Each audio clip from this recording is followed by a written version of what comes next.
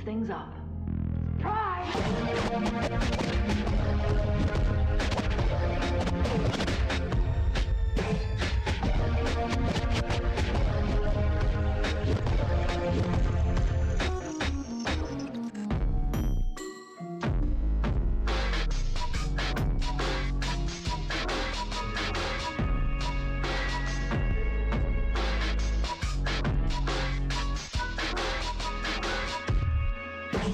There's my favorite jazz singer. Candles are lit, they walk in through the door, clad in silken robes, the lamps light on the floor.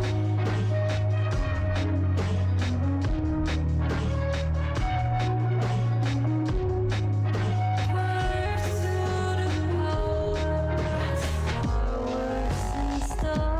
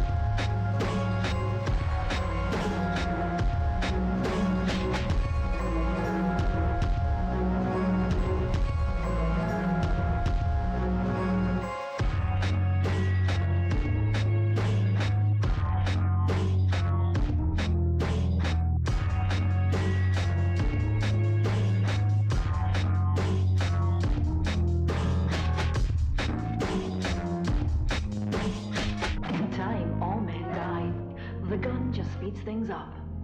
Surprise!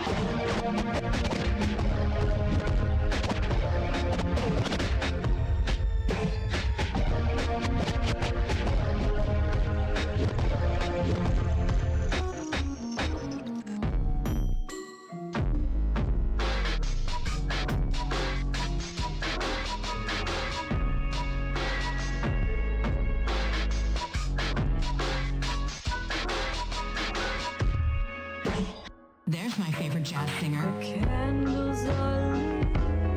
They walk in through the door, clad in silken robes. The lamps on the floor.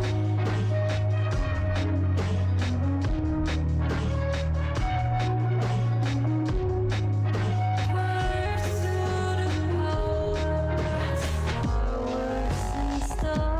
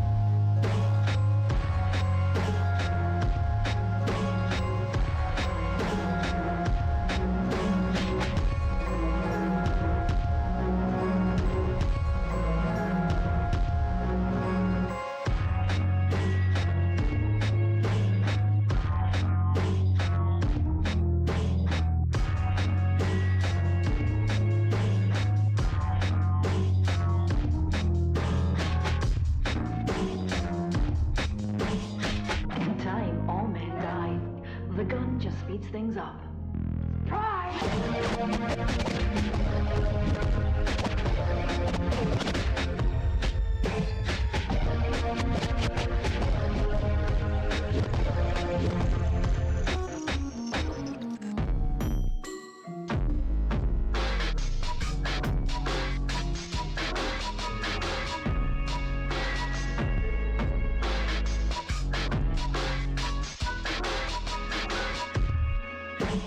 There's my favorite jazz singer. Candles are lit. They walk in through the door, clad in silken robes. The lamps on the floor. Welcome back to Collegiate Deadlock. I am Lightrose. Joining me is Spaffles, and we have 2 more teams coming at you. We've had some time for all the new heroes to settle in. We've seen a little bit of balance changes, and we'll see if these 2 teams will come out on top. I hope you're having a lovely night. I am. What about you, Spaffles? Oh, I'm doing great. Thank you for asking. And I'm, super excited to get into this match, right? Seattle and Rochester both have really strong teams so far, leading out their group. And I think we're in for a big treat tonight.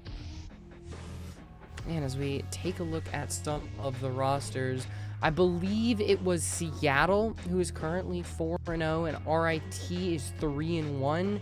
I don't have the exact record in front of me, but it is essentially No, that is correct. Yeah, okay, look, I had it right on the money. It is essentially very close between these 2 teams. It's a pretty important game as we kind of get further into this semester and we get closer and closer to playoffs. Yeah, and I do also want to point out, at least according to, your average rankings, Rochester, though they have, dropped 1 map in comparison to Seattle, they have had, more difficult matchups. So, seeing both of these teams come up against each other, we're looking at a pretty even playing field here. It'll be very interesting to see where these 2 teams shake out, especially as we get into the draft, because I was taking a look at some of the roster sheets and who essentially they played, and there were some that really, jumped out at me. I saw some, I think it was Rugert had a 40% Dynamo percentage playing, which is very interesting because Dynamo is not very strong in the current meta, but he's got his place with a little Warp Stone, a little bit of Curse, countering a Lash, then and there. Yeah, definitely someone after my own heart with that one. And there's also some really popular high contested heroes. Like we've seen a lot of Nina recently. I say recently, but she's kind of been the sort of new poster child where every patch, every week, she just always skyrockets to the top of the charts. I am interested in seeing where some of the newer batch characters will land, right? Apollo as well as Celeste will be unbanned this week. This is the first week where they're going to be available, and on top of that, we have seen a lot of really high contestation, really pick ban status for Silver as well as Venator, right? Going out of Night Shift, going out of the matches that we saw last week. So I'm excited to see how they quite slot into these rosters. Mm-hmm. And I do want to note that the bans you see down below, the Shiv and the Yamato, those are not the actual bans. Those are just the example bans. So we'll get that quickly fixed and get on through. Because I was thinking Shiv is in a very strong place right now. I think banning him would make a little bit of sense. Yamato, that's, that's a little bit crazy. But if we kind of compare Deadlock Night Shift, what we've seen from their bans, what we've seen from their first picks, most of the time it's going to be these very bruiser heavy characters. So Billy, Abrams, Silver, Shiv is incredibly popular. Those are the first people that you're either going to see get taken off the board or potentially banned, sometimes with you see like a Billy or a Silver. Yeah, and right after your bruisers, then you'll have a lot of your either your initiators, so you will have your Paradox. Name was escaping me for a second. You got your Paradox, your Bebop, really anyone, Haze, especially in competitive play, where you will catch your opponents off guard, you will go in there and you will, sort of kidnap them and create an advantageous situation for your team. Then after that, you got your M1 carries, your damage threats, and really in the back there, then you'll start to look at your support options. Now that we have a couple, it's not really just Paige or Ivy or Kelvin. We have Rem as well, so the roster is a lot wider than it used to be. And I think we do have our first actual picks, I believe, not the bands, but Abrams and Billy, I mean, we kind of hit the nail right on the head, talking about the bruisers. It's interesting to not see Silver get picked first, but she may come in a little bit later, provided that she isn't one of the banned heroes, as those haven't been fixed. But so far, everything seems pretty stock standard with these two. You have those CCs, you have those ability to keep the front line with healing. Yeah, and there has been a lot of discourse, at least in the circles that I'm following in the professional, where you're talking a lot about Billy and the current impact and the state he has on the meta, but Abrams is just as powerful. He's just as strong currently, and with that, time being able to, players have adjusted to Abrams and gotten used to him. So not as much as when you have a newer character in there. And also for Silver, I do want to tackle the Silver issue because Silver has been quite a popular, first pick, first ban. I think it was either removed or picked every single game last week in terms of Night Shift. But when it comes to the win rates, that's where we start to have a sort of different conversation, and it really makes you question, right? Does a character who is as powerful as this, that's able to be countered by cheap items like disarming Hex, like slowing Hex, and really like crippling their ability to participate in fights, are they really that powerful, at least in the competitive realm? So far, still not having her place, as it is Geist as a second pick is very, very interesting to me. So we kind of go from with RIT, we go from very late game gun carry to Pocket, who's going to have an incredible ult into that late game. That's usually what we're going to see them. And so those two feel like the kind of opposite sides of the coin, where your Pocket isn't going to win the game for you, but they're going to be a very key part of that compared to something like a Lady Geist. Yeah.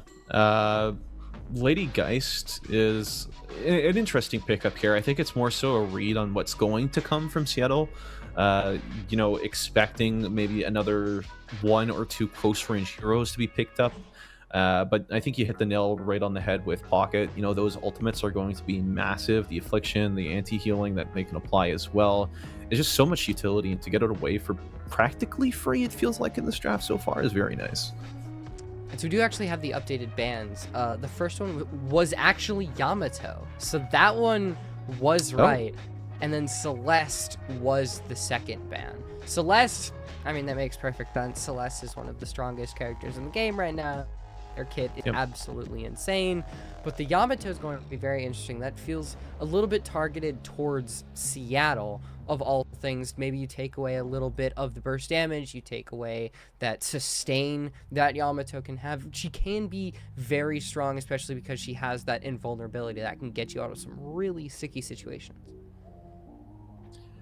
Yeah, and I mean, I'm still sort of, flashbanged by the fact that was a Yamato getting banned first. But... yeah, it doesn't feel quite right. But then we also see, Seattle locked into Paradox. Paradox, again, one of those incredibly strong initiators, going to have a lot of value with that swap against people we haven't really seen yet from Rochester. So maybe this is potentially an angle where they can counterpick with the draft a bit. Characters that don't really mind getting swapped into the enemy team as much, right? We already have Billy and Geist who don't mind it at all. Or particular characters levels of escape like Mina, who, unless they get combo CC, that's not going to affect them too much. We do see a Lash from Rochester. I hate to say it, but I think not updating, because I'm looking, because I don't know if you've seen in the live chat what the actual picks are. There's no Lash, so I hate to break it to all the Lash heads in the chat. He's not having his place in this game so far, which really does suck, because Lash can be really, really fun to see in the late game. But honestly, you look at Seattle, they've got Abrams, who's got Unstoppable built directly into his ult. They've got Pocket. Your Flash ults probably aren't going to be that impactful if you did bring it. I think we saw the final one there at the end. But you'll go through some hiccups. It's okay. It's whatever. It happens. Yeah, we're just going to redraw the draft a little bit there. Lash again. I know we're not doing Lash. Who was picked in that spot? Larry? I want to say... Okay, so I'll cut off some of the early ones for you guys. Silver did get picked first. So that... Okay, understandable. There you go, cinema. We had a whole thing about Silver that was like, oh, is it worth it to get, first pick? she was first picked. So we'll have to put to bed. But Abrams was picked right after that. So it goes back to the Bruiser. Then you've got Amina on the side of Seattle, a Billy and a Shiv on the side of Rochester, and then a Pocket on the side of Seattle. So already going off those three for RIT, tanks out the wazoo. Like, there is so much pure HP and brutality that Seattle are going to have to work through. Yeah, there's just so much that they have to chunk through, and Seattle, they do have the privilege of having Venator. Venator being picked in relatively late in the draft after the second round of bans is interesting, because if you're committing to this idea of having a tanky draft, having a character with pure damage, or if you're familiar with other MOBAs or other shooter games, it's true damage, so it does not get reduced by damage reduction, it does not get affected by any of your resists. And it also applies Venator with his grenade, has the inherent anti-healing. So it's a very, very, very, very, very strong counter, especially if he's able to get through sort of that clunkier early game. And then we have the Venator, we have a Pocket, we have a Dynamo, we have, you know, some team fighting menace ults from Seattle, but they just need a little bit of time to come online.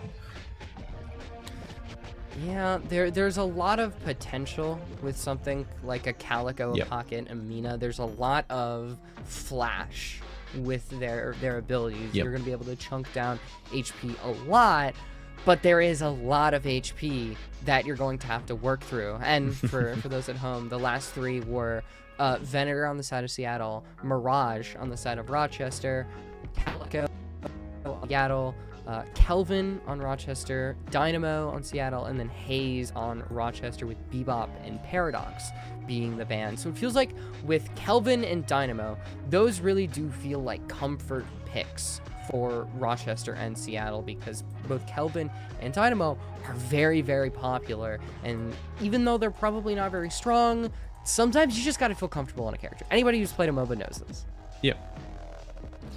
Yeah, exactly. The comfort is king when you're in an environment like this, when you're, you know, working your way through the tier 2 scene. A lot of the time, it is about those decisions you make inside the match. Having a slightly suboptimal comp is okay, as long as you're able to make up for it in terms of your personal gameplay, as well as your team's macro decisions, right? Another thing that we can also touch on is, you know, Rochester having the Mirage is going to have a lot of control over these lane states, especially with the Haze. You know, Seattle, they're never going to quite feel safe walking up to any of these lanes, you know, pushing out waves deep, and have to sacrifice things, most importantly, in order to get the mid boss. All of that is, you know, a really important trade-off that they're going to have to think about throughout this match. There's going to be some really interesting trade-offs, because when I look at the combination of Kelvin plus a really tanky combo, you never want to get locked in a room with a Shiv, a Billy, or a Silver. Now imagine you're locked into a Kelvin dome with all three of them. That's scary. There is a real menace when it comes to combinations on the side of Rochester. And personally, if I'm looking at this, I feel like Rochester come out of this on top. They've got three incredibly strong characters. A Mirage has been decently popular as well. Those three right out the gate are going to be very, very hard to counter. And even though Seattle, you know, they've got the Abrams, they've got the Mina, it's going to be an incredibly large hurdle to get over those three in the first place. Yeah, and on top of that, they have a really diverse spread of damage types, so you're going to have to really struggle to deal with a lot of these members. You got a good spread between bullet and spirit damage and tankiness, and you know, it feels like an all-around pretty good draft. Now that we're getting into the match, though, we're seeing the lane assignments. It's going to be Shiv and Kelvin versus Dynamo Pocket in the left-hand lane. That's going to be a pretty strong lane here for the Shiv Kelvin, although Pocket does, you know, notoriously have a very slippery early phase. And then when we look at mid lane, we've got Silver and Mirage heading up against Abrams and Calico. Mid lane very prominently is used up by roamers. Easy access to both of the lanes, keeps you unpredictable, and you know, you also pair them with a pretty good farm buddy so that they can get the solo farm while their roamers are off doing their job. Pretty nice to have. When you look at the right-hand lane, you've got Venator and Mina for Rochester versus a Billy Paradox. Or, sorry, that's Billy Hayes. Already a lot of damage happening over in yellow. Kelvin is going to be able to get that heal online. So Shiv, the bloodletting combined with the heal, it's just going to be so much for that pocket to deal with. Because Dynamo's slam, it's very hit or miss. You know, one of the biggest counters, you literally just jump over it. And if you can't get that, you're not going to have a lot of damage to begin with. But already Ruger getting incredibly low. He's going to have to back off. And now that's going to allow this pocket to push up even further and give that lane some space. Yeah, just making sure to get victories early, you know, shoving the Shiv out of the lane, pushing them to retreat all the way back is very, very interesting when you're playing with someone who's notoriously not really a strong laner like Dynamo. You're making sure to get that damage you can. Although, again, the Shiv Kelvin have side of the map with the tier 1 camps, so they're naturally going to have that lead for the first about 8 minutes until tier 2s come online and, you know, the trades start to happen there. And then another thing especially that I want to point out there is that we actually see Peniyama, the Abrams, you know, invading very, very deep into Seattle's side, stealing up these boxes and snatching up as many pots as they can. And it's kind of the luxury you get as Abrams. You don't have a lot of CC very early in this game. And if you're allowed to push this far up directly into your opponent's shop, well then why don't you? You chunk a lot of HP off, you push back the rest of your team, and now you just continue breaking up those souls, breaking up those boxes. And already you can see Rochester, they do have a little bit of a soul lead. Not too much, not anything that Seattle can't overcome. But so far, you have to be aware of that Abrams potentially roaming again into your lane. Most definitely, and it's another thing, right, where it's very matchup specific. You have a Mirage and a Silver together in a lane, they're not going to be able to as easily. So your Guardian is going to be relatively healthy, like you see there. Rochester's Guardian on blue lane, the middle lane, did not take any damage there during that invade. So just positives all around is going to continue to those small leads that you're able to build up. They're going to really make a big difference later on in the round. And especially if you are Silver, you're not going to be able to get that Lycan Curse on until about 3.6. So you have to play a little bit conservatively, but so far, Marky and Bite have done such a good job at pressuring back Ruger, not letting Shiv get the space that he really wants. That allows them to take those tier 1 camps, shove the lane, and continuing to honestly do a great job on this lane so far. And as we get to hit 5 minutes, that's when those bridge buffs are going to come online. Yeah, that was a really, really big kill for them, actually. Able to get the kill, to get the tier 1 camp as well next to it. So we have Pocket, very pretty at 3.2k, going to be able to get their ultimate off the next wave. And, you know, having that early Pocket ult is definitely an advantage that you want to keep.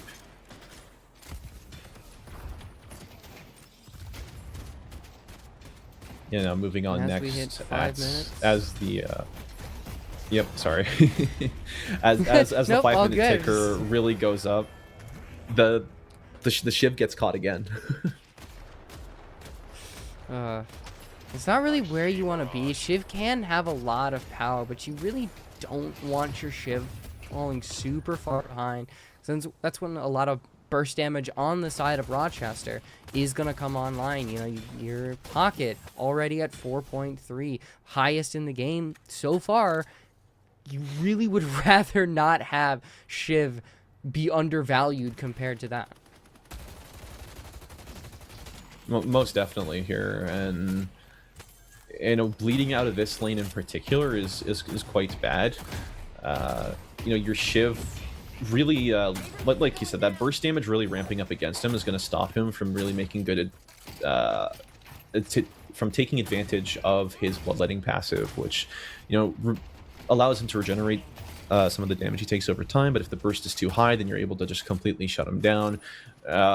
Shiv, pretty ironically, is a character that's really balanced on Razor's Edge, and making sure that you don't fall too far behind in the curve is part of that. I mean, already it's a 3.4. Even Bite, who's 500 behind Marky Poo, is 700 souls above. That's already gonna let you, start to get a couple boons, get a little bit more damage. Is another fight just happening over in the mid lane. This has been a very chaotic mid lane so far. And overall, even though Pen was tried to get pressure very, very early on, I think so far Perp has done a great job at just getting in and out, using Tornado and using Jin's Mark to just keep the Calico and the Abrams at low enough HP. Yep, and as the Calico, the Abrams are forced into retreat. The Calico's going off deep into their own camps just to go and get some quick farm. There is going to be a good opportunity here for some tower damage from that Mirage, right? Because he is, especially when you allow him to stack up those Scarabs, can melt some of your towers pretty fast. We are also seeing here that it was a close pocket ult, but doesn't quite tag anyone. It does tag the Dynamo. Or wait, is it what happened? No, Dynamo is on team, Right. but it seems like Affliction didn't really hit. And now as you're trying to go after this Mirage, Lycanker's doing a wonderful job at bursting down the Abrams. Penny trying to ult up there. No such luck. And now it's going to be Bradley falling as Perp continues to play behind the tower, provide assistance for Wyatt, who's really pressuring out. That's going to allow Seattle's mid lane to take those camps and try to regain a little bit of the losses that Rugert has had on that left lane. Yeah, moments where we see the Kelvin here also getting caught out there, gets caught in the singularity. There's absolutely no chance for them to escape. A good parry by the Shiv, manages just to live just a little bit longer, gets the pocket quite low, but the kinetic slam is going to stun Rugert in place. Is not quite enough to make it out. Ooh, that second parry looks a little bit scary there for Marky Poo, but Bite has done a wonderful job of providing assistance, and that is going to allow Rochester to now get a decently good lead. We've got about 4K soul lead. Here's where we should start to see a tower start to go down. That is going to be that green lane. Now what can Gaber and Bradley do? Back up, see if they can get some assistance, and maybe just try farming back to get an even advantage. Yeah, it's really about, minimizing your losses in this case, especially when, you lose your tower. You have to really surrender a lot of that space around, your Sinner sacrifices, especially. When it comes to the rest of the map, though, we're still not quite in that kind of blown open situation. Now that the silver starting to come online, has that gold from that, or the extra souls from that first kill, I'm sure a lot of members of Rochester are going to be going back to their secret shops, going to, press B, search up Slowing Hex, going to search up Disarming Hex, and really start itemizing against her, because if you let a silver out to play a little bit too long, let her have too much fun without paying the silver tax, you're going to have issues in the later game. Oh, stopping right before the slam happens. So low, Gaber is able to get out, hide away, and regain a little bit of HP. That should let the yellow lane go down as we've reached the 10-minute mark. And Rochester, that's going to now allow two people to really spread out in that mid lane. We already saw Bite extend a little bit farther, but Rugert grabs the urn, is now going to try to minimize that lead that Rochester have. We'll see where the fight coalesces. Yeah, the urn is just making its way slowly but surely through the middle lane. The Shiv is, actively getting hunted down there by the Calico. We'll see if they're able to really connect. The Venator, though, is able to stop them in their tracks, at least for the moment. Ruger gets dropped down to low HP, gets taken out of the fight quite early, and now the Affliction is kind of catch, who is now trying to retreat for their lives, gets taken down as well. Now the Silver is in form, going to be hunting down, trying to see if they can get anyone out of this situation. The Mina survives with a very, very low HP. Are they going to be able to peel her off? It's going to be a parry onto one, but then gets parried herself and taken down shortly after. And RIT are able to get the urn. There is a Consulate Guardian take in the hands of Perp, but really that doesn't feel like anything at this point. You're already down a heavy amount. Marky Poo has now hit double digits. That's going to allow these afflictions and burst damage to really start hurting. And Bradley, this could be a pretty good fight if he's able to get away with it. There's going to be Vinjin. With some assistance, this Mina, she is a little bit of a glass cannon, but as Venator provides the help, it seems like what could have been a tasty morsel for the Haze is going to go by the wayside. The assistance from all the teammates from Rochester has been very good so far in this game. Yeah, it is a bit of that fight had to go on the wayside. I'm sure that they would have really enjoyed to get one of those kills to start on their comeback spree. So now that Seattle Esports is behind more than 10%, the next urn coming up will be a comeback urn. So as long as they're able to play their cards just right, they'll be able to close a lot of this gap up pretty soon. Oh, and Nox Nostra coming out. Doesn't seem like it's too much just to give a little bit of space. There comes in Spawn Peak, and that is going to take out the Haze, and it seems like Silver might fall as well. But great help from the Kelvin, from the Mirage. Your Calico does die, but it is not at least without a kill of their own. And here comes in Lurv. Does not have the Iridamini.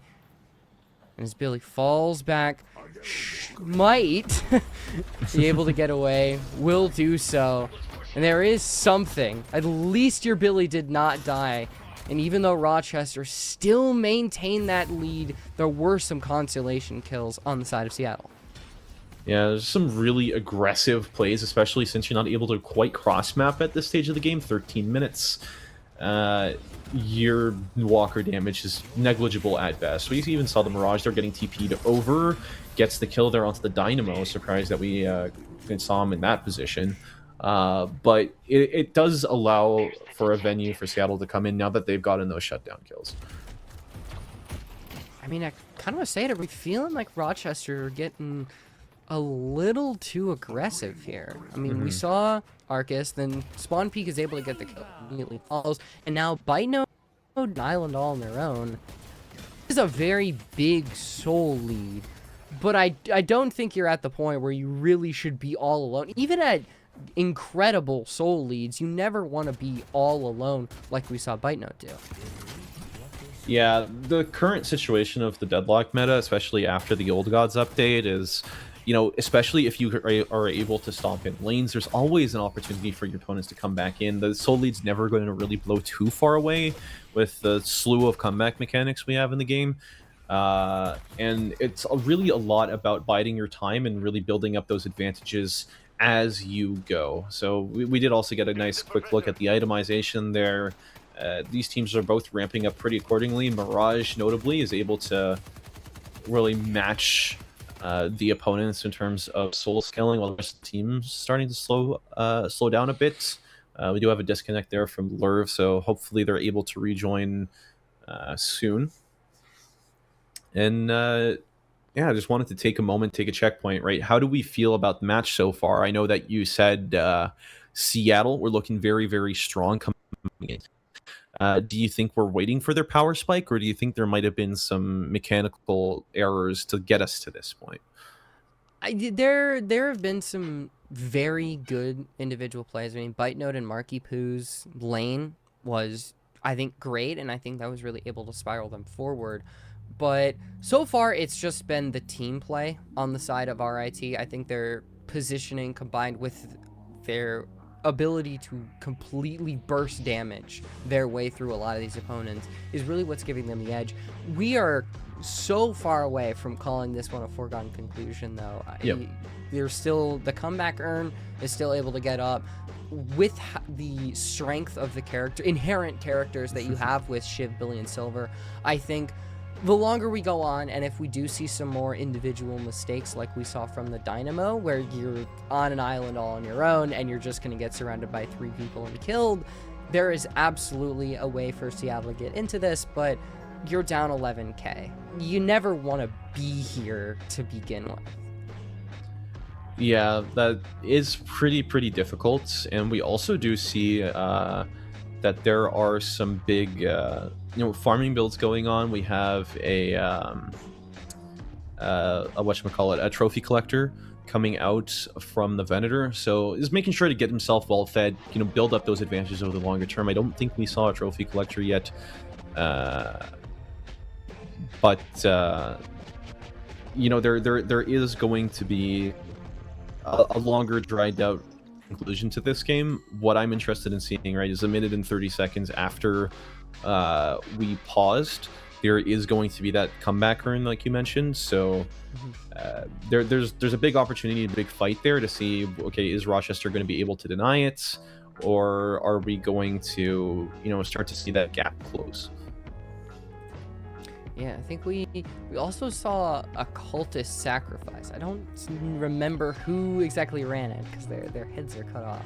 Yes, cultist sacrifice. I'm getting my names mixed up. No, yeah, cultist sacrifice is very different from trophy collector, because I was like, Venator runs trophy collector. That's a very odd thing for a Venator to do.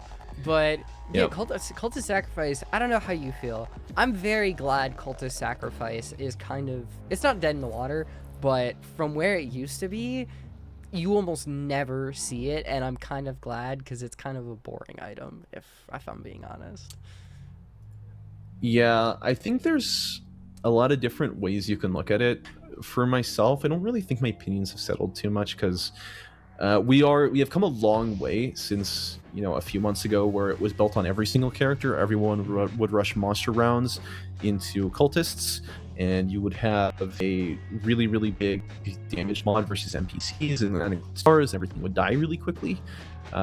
With the situation we're in right now, it does better, although I do wonder if there's potential to maybe decouple monster rounds and cultist sacrifice, or really adjust some of the interplay between those two items, because I still do feel like on the characters it's good on, it's really strong, and maybe we can eventually have it dialed back a little bit more, just a smidge. Yeah, but I feel like if you cut them up, where do you even place monster rounds into? Because monster rounds, it's like when they changed debuff resist moving into unstoppable or spellbreaker, it's like, okay, now I actually have an incentive to run debuff resist instead of just buying debuff remover outright and completely ignoring it. And so if you decouple monster rounds from cultist, I feel like it kind of becomes irrelevant in a sense. Like maybe you run it in lane with a couple things. Maybe cultist risks becoming a little bit more relevant.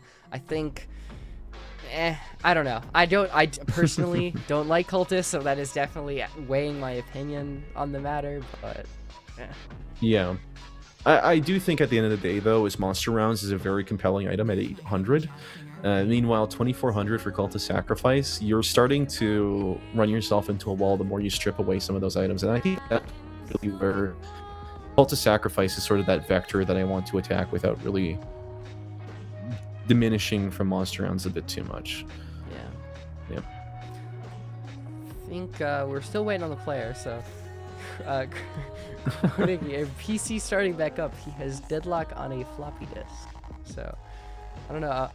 This just reminded me. Did you see that art piece that was like deadlock on a PS1 or whatever? It was no, I with, haven't. Like PlayStation. It's an incredibly cool art piece. It's amazing what some of the deadlock community has done. It was that glitch where if you got grabbed as Billy when you went into the Baroness, you would just get pulled endlessly when Dorman originally came out. It was very cute. It was very funny, but we're getting into it. We're getting into the game between Seattle and Rochester, and if you missed it, Seattle is currently behind Rochester about 11k souls in 15 minutes. I think we're actually just coming up in 15 minutes with like 5 seconds left. So here's where we should start to see that earn. Here's where we should start to see some of those bridge buffs come up, and here's where we should see potentially the Seattle comeback, or if RIT are just going to continue that snowball and run all the way forward. Yeah, there's definitely so much left on that plate there, and there you have it. 14 minutes and 50 seconds. We got our bridge buffs coming up. You got a Mirage and the Silver there ready to secure Grift. And Abrams, you know, going in deep, trying to get this kill, knocks the Shiv down onto the ground. Rugertz has nowhere left to run, nowhere left to hide. Then the Cavalry is coming revenge. I mean, if your Mirage dies here as well, that is your man you want to stay alive, but he's able to get away. Bite tries to bring in the Singularity. It's not successful, and I believe that's going to be a 3-4 man affliction. There's going to be something from Vinh Jin, but it is going to do nothing but delay his own death. Silver should potentially follow, but Lerv actually DCs. Penny dies, and now Arcus might fall as well. It seemed so bad for Seattle University, and then your Venator falls and things completely fall apart. And I want to say that Seattle are kind of thanking, I don't know, the technical gods out there that Lerp's PC is struggling, because you win this fight, you get the urn, you get a comeback urn, things change completely. Yeah, and those the comeback respawn timers are really kicking, and I think I saw a 40-second respawn timer of the Rochester individuals. So this is a lot of bonus time for you to farm up on your souls, to get them out of the fights. And, you know, even looking, yep, there you have it. Mina with 41 seconds to go this early on in the game is quite something. Thankfully, Lerv did reconnect. But yeah, we are going to have to really surrender a lot here if you're Rochester.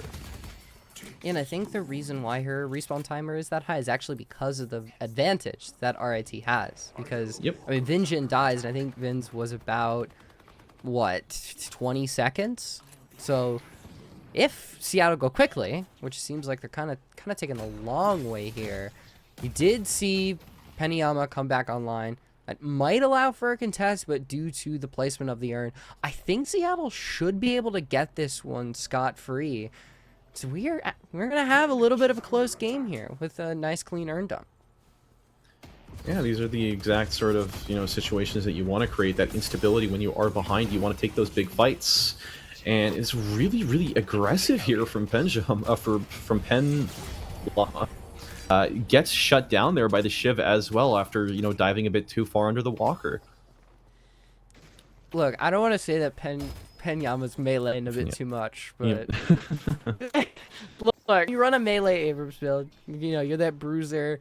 It's a very fun build, but I think Rugert has done a very good job at parrying this entire game. Even if we go back in the lane phase, he was able to parry marking and bite node, and parrying is actually killing Rochester in a lot of these engagements. So I gotta be a little bit more careful, because now that 11k soul lead you had, it's 1k. It's completely gone, and now you're gonna have to rely on your fundamentals rather than your pure economy giving you the advantage.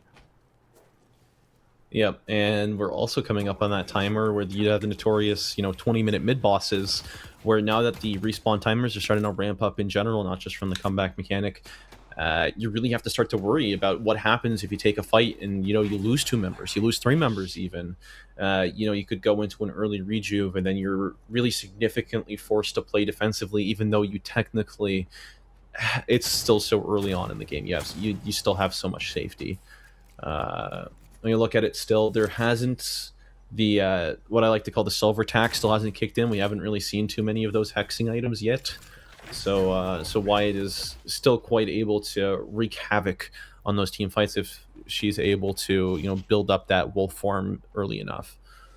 Yeah, I mean, you have Lerv's inherent anti-heal. You've got Toxic Bullet on the side of Arcus.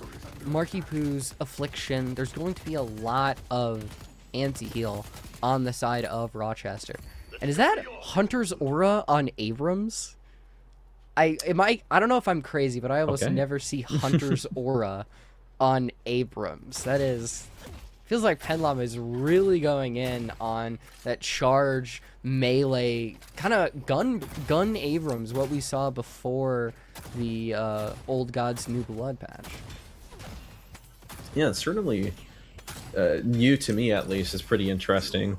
Not quite sure how it's going to pan out in this case. I feel like It's very damage isn't really team-oriented one of the things you territory. need at the forefront here. There is that slowing hex that you were talking about. So Yep. there's one of them. And now you've got Perp with Ricochet.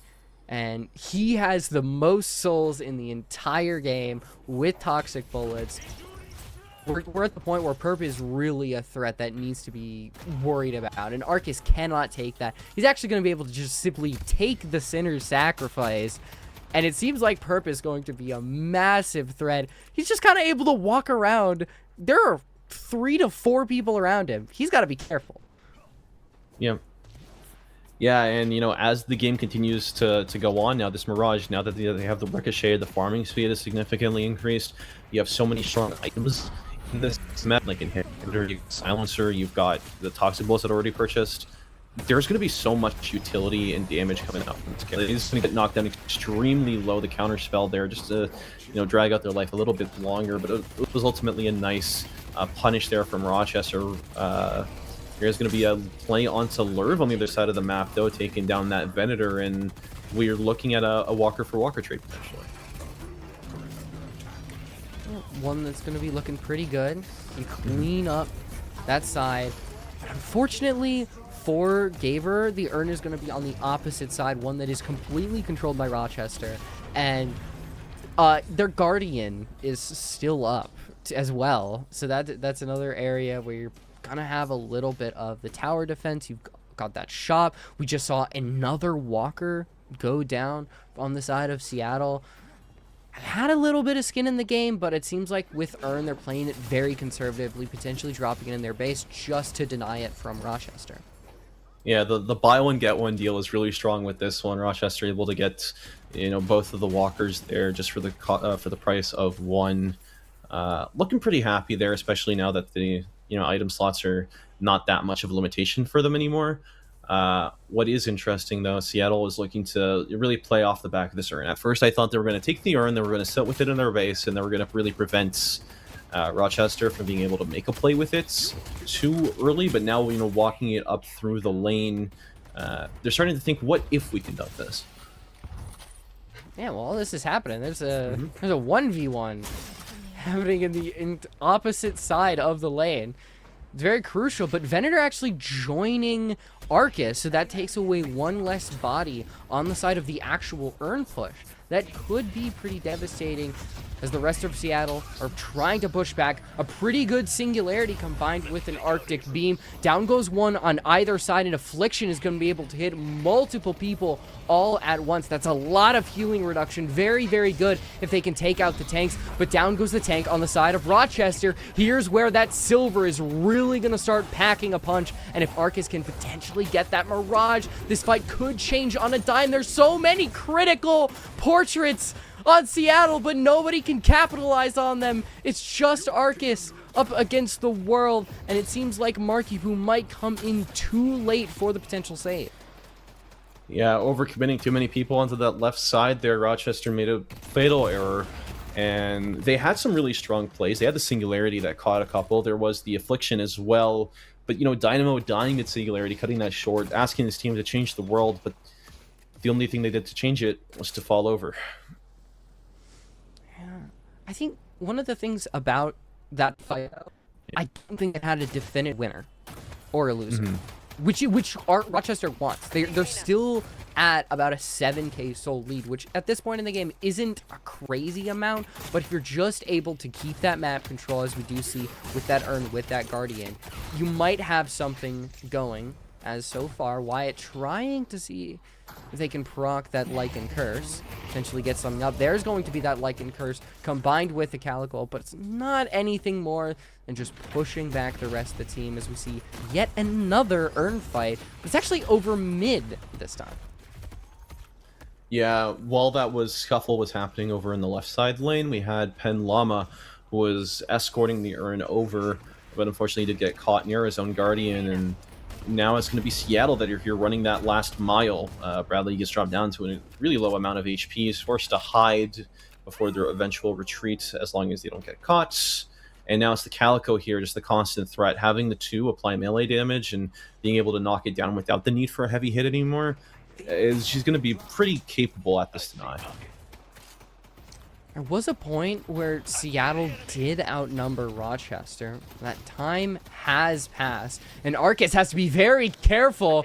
Way out in the have to fall back as Arcus to get a little bit of burst damage. Nothing of the sort. But there's so much of this urn is not actually fighting. It's context around the urn, but we're just seeing Vinjin back up a little bit, then go for the dunk. That's going to be a huge amount of souls, and there's not an actual fight for it. Maybe Ruger dies. I think if you're Seattle, that's a fine trade. Yeah, and I'm not really sure what Ruger's positioning in the overall context of that fight really contributed. Though maybe there was a situation where he had to be up that far up in the enemy jungle just to make sure that they don't really walk in and contest. But ultimately it was a really clean urn, and even after losing Ruger, you're still pretty happy with that outcome. Now you're looking at the rest of your team, still being 4K behind, but only being 4K behind. It's not that bad overall. You got your all the shiny benefits that come with the urn. You got your extra what's it called? Your extra boon and all of that. You're pretty happy. Great little 1-2 combo. We've seen Perp get caught out before. Yet again, it just costs a Seattle team that seems like they might have something going, but then one person gets caught out, and now the whole team scatters all around, and you're having to come together and try to fight for map control, something that Rochester have done a great job at pushing back. I mean, they've grabbed Urn. Perp is down for their 20 seconds. That's going to give them an advantage in this fight. Yeah, who needs Marathon when you've got Urn running across the map? It feels like it has been a constant, but it is also just one of our only objectives that we have in this game. So you have the Dynamo here speeding through at the speed of sound, getting to that drop-off, but we do have a strong presence again from Seattle. The Shiv is going to get tossed backwards. The Urn is dropped right at the steps, and now we are going to have a big trade. A huge Kelvin Dome trapping multiple members of that team. Is going to be a massive bag drop to Ruger, finally able to get that execute and the reset off of their ultimates. But then Gabber finally falls at the heels, and you have the Kelvin as well out of the fight. Yeah, but Seattle have pushed back Rochester a little bit. You have Seattle and Perp kind of caught on their own, though. And it seems like Arcus's kill onto Perp, that's going to potentially allow an Urn dunk. No, actually, the Urn has decided to walk away. It's got a little bit of a mind of its own. So even though nobody's going to get the sole benefit from it, there is a very clear difference when it comes to who is alive on the Rochester, and that's going to allow them to get mid-boss. Yeah, mid-boss, very, very, very good for them, and again, there's not really too strong of a contest that Seattle can have if they want to walk in here. We do notice here the Urn was brought through as well, just to have a quick drop-off point right after. Having your 3 Regios at this stage of the game is going to allow you to pretty aggressively push after that final walker that you need, and potentially as well just start cracking open those base guardians. One thing that Seattle have done really well so far is they've been managing their wave states quite good. So it is going to be a matter of time before Rochester, they have to go back to their base. They have to clear out that, I think, 2 waves that are crashing into their base guardians on both ends of the map. And then they can finally start to walk on that walker, and that's already going to take down your relatively short Regio timer of, I think, 4 minutes. They're going to cut it down to about 2, where you can actually have actionable combat on the map.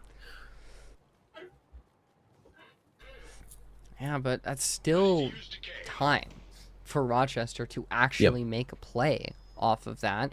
You already see half the lanes getting pushed up, and I mean, not even 2 minutes taken off the board, maybe 30 seconds off of that. And if they play this right, they could have that left side walker taken down, could push for a base guardian depending on how the fights go. Let's push yellow. For me, I'm looking at those afflictions. Marky Poo has been very critical in these fights because he's been able to shut down a lot of the healing on the side, because that is what tanks like Shiv, Silver, and Billy really do rely off.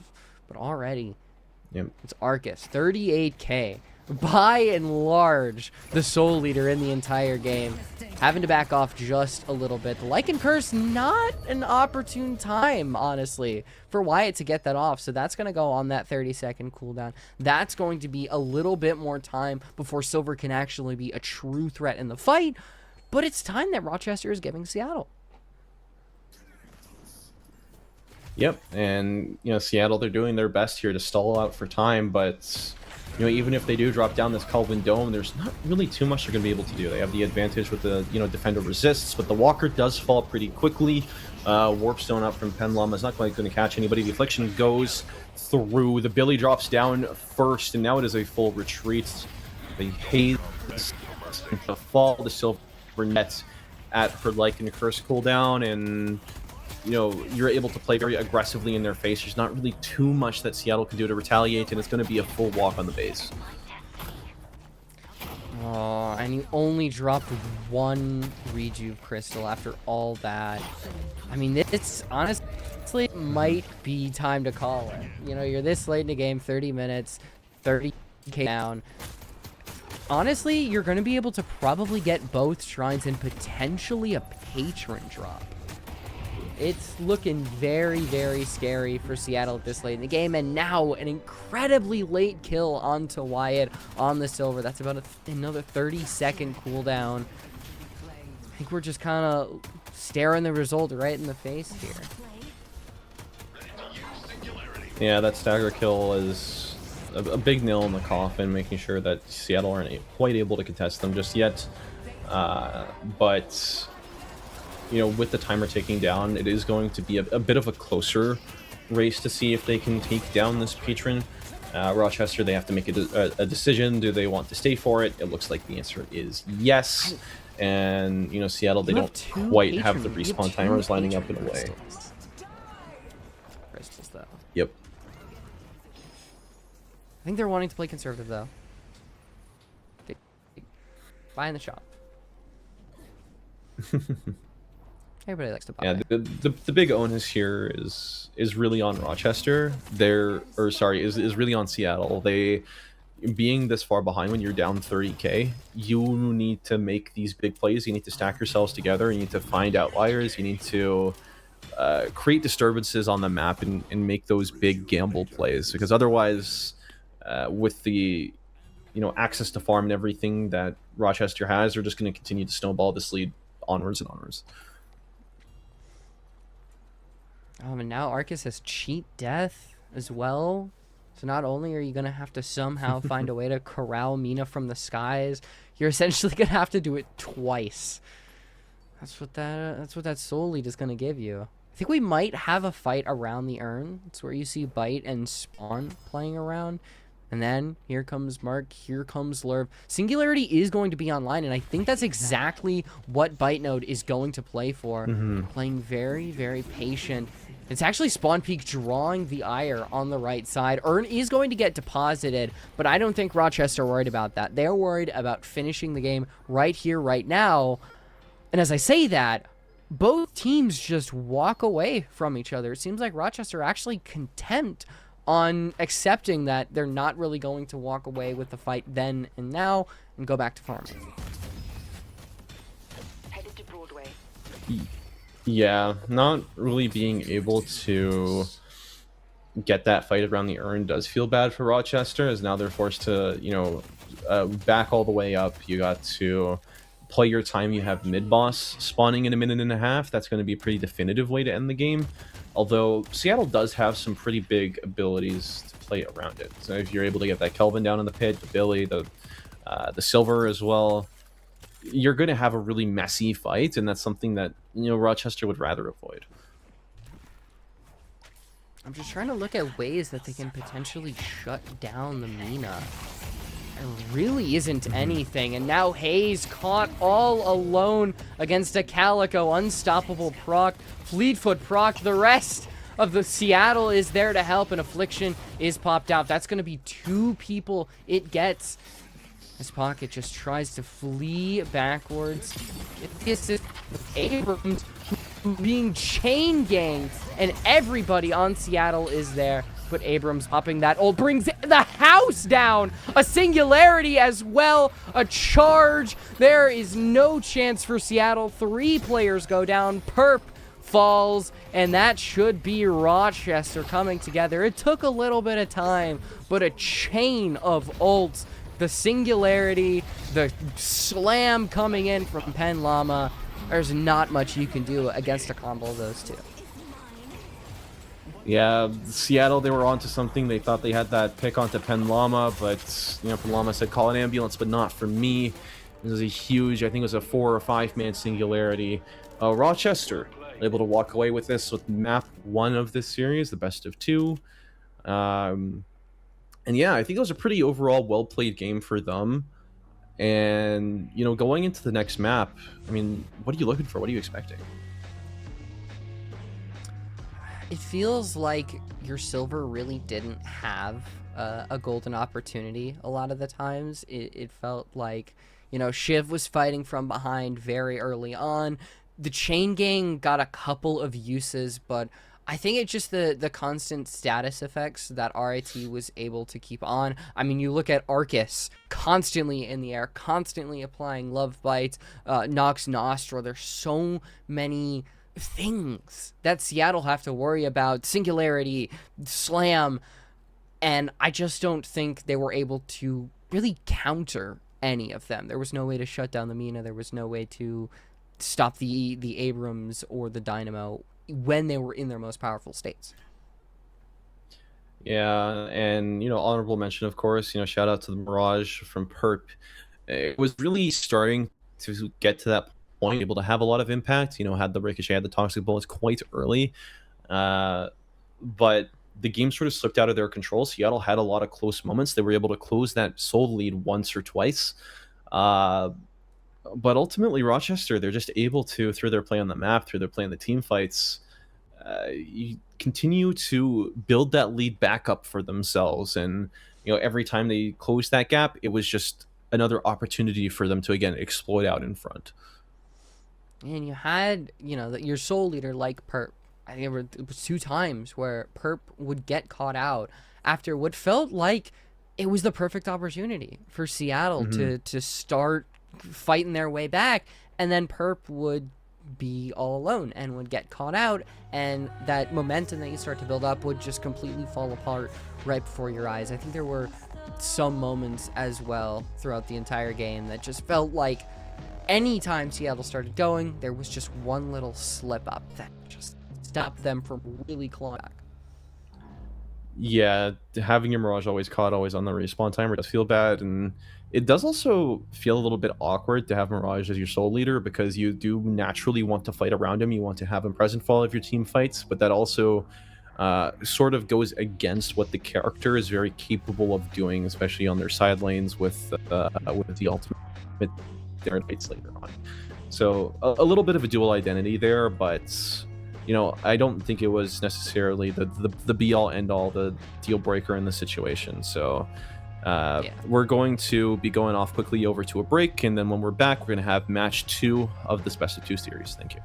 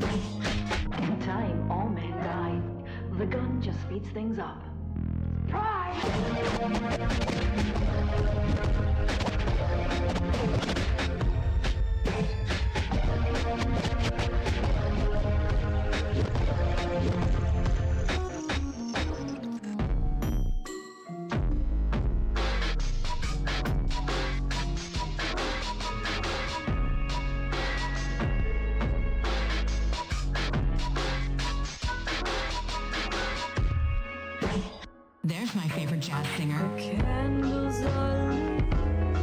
They walk in through the door, clad in silken robes. The lamps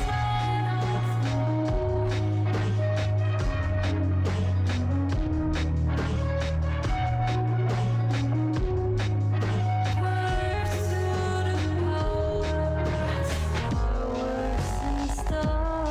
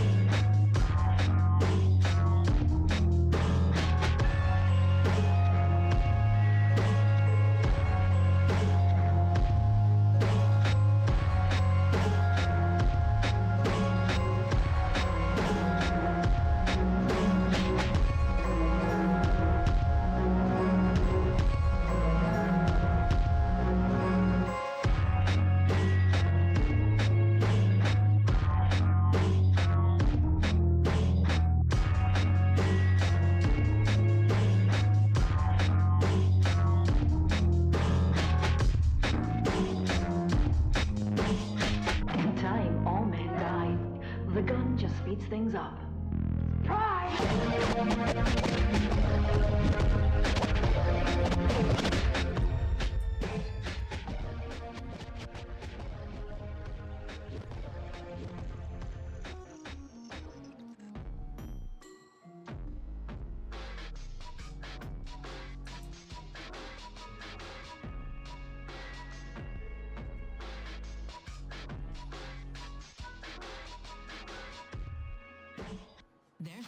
jazz singer. Yeah, there's really a lot riding on this. So now with your overall standings, both Rochester and Seattle, they are even now, both at 4-1. And it's going to be looking at who's able to take this next map is going to really propel themselves to the top of the standings in their own group. If a little bit of a recap for that last game is we had a pretty strong looking draft from both of these teams, but Rochester was just able to really pull ahead in the fights in the moments that mattered, and it was a pretty dominant showing altogether from them. So, you know, looking into this next map, we have a lot of questions going into this next one. How are they going to draft differently? How are they going to approach this in a new way that's going to really break out of this lock that they find themselves in? If we're asking the question from Seattle's perspective, looking at Rochester's, how can you recreate this as best as possible? Do we just pick the same characters? Do we play the same style? A lot of question marks floating around in the air.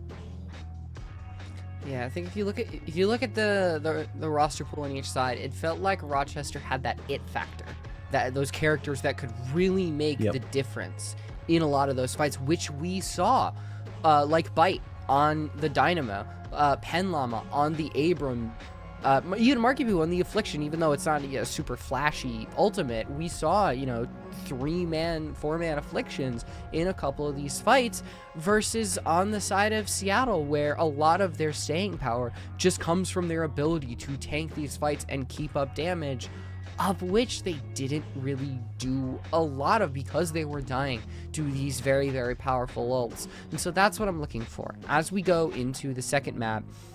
What changes are Seattle going to make to their roster? Because I think I don't want to say that it felt like it was decided from early on from the roster pool, but there really did feel like once we saw those 3 tanks compared to the mass amount of burst damage, and then we got into the game, it's very clear that the burst damage was going to be the difference between the two teams. Yeah, and another thing I do also want to point out, looking in retrospect, is we didn't really see many support characters. I mean, we didn't see any of your Pages or Rems. They typically have a lot of very powerful ultimates that they're able to use to, cleave through some of these team fights. It was just all damage all the time. Either you were either a damage, a tank, initiator, all that. So I'm hoping to see a little bit more of that going forward. I know we have a very large, impactful pool there. Going into the bans now, we're seeing another Yamato first ban from Seattle. I mean, they definitely know something that we do not, because this is a recurring theme here. I need to look at this. So Yamato, Yep. I mean, Spawn Peak plays a little Yamato. It's not in a lot of the top pools, so it's definitely something that they know something. You kind of got to put down. So Zed is saying that yes, RIT do play Yamato, and that's just something that we don't have. We don't have a lot of the fallback. So Spawn Peak plays a lot of the Yamato, as I mentioned it. So I want to take that off the board. Celeste ban, once again, I mentioned in the past ones, it seems like our ban ticker is working. Makes sense because she is just really strong. I mean, her 3 can have a very large radius. Her 4, if you're in a group team fight, that ultimate is just going to be a nightmare. An inbuilt shield, super amount of air control. Why did they make this character? I ask myself this when I play Deadlock, is why did they make this character? It's crazy. Yeah, she's definitely the epitome of overloaded kits, and I'm sure over time we'll see her start to come back down. But in the here and now, we do have a pretty big problem, and that's called Silver. Seattle have picked Silver again first. It looks like we're running it back from last time. Now, Silver didn't have too much of an impactful game last time, but she was put into a pretty difficult lane. She was paired up with Mirage, who's notoriously bad in the early game, and you were facing off against an Abrams who was just playing incredibly aggressively. That Abrams was all over Seattle's business. They stole the boxes early, took contested them for the early tier 1 camps. It was really difficult for them to find space to breathe. We're looking here at Rochester. They're going to be picking up the Mina, so we still don't have any of our tanks getting picked up. The Abrams and the Billy still on the table, but I mean, Mina was just such a defining pick in that last round in the hands of Arcus. top souls, not really top damage, but top kills. It's definitely something you want to look out for. Yeah, those Nox Nostras were just hitting you for so much damage.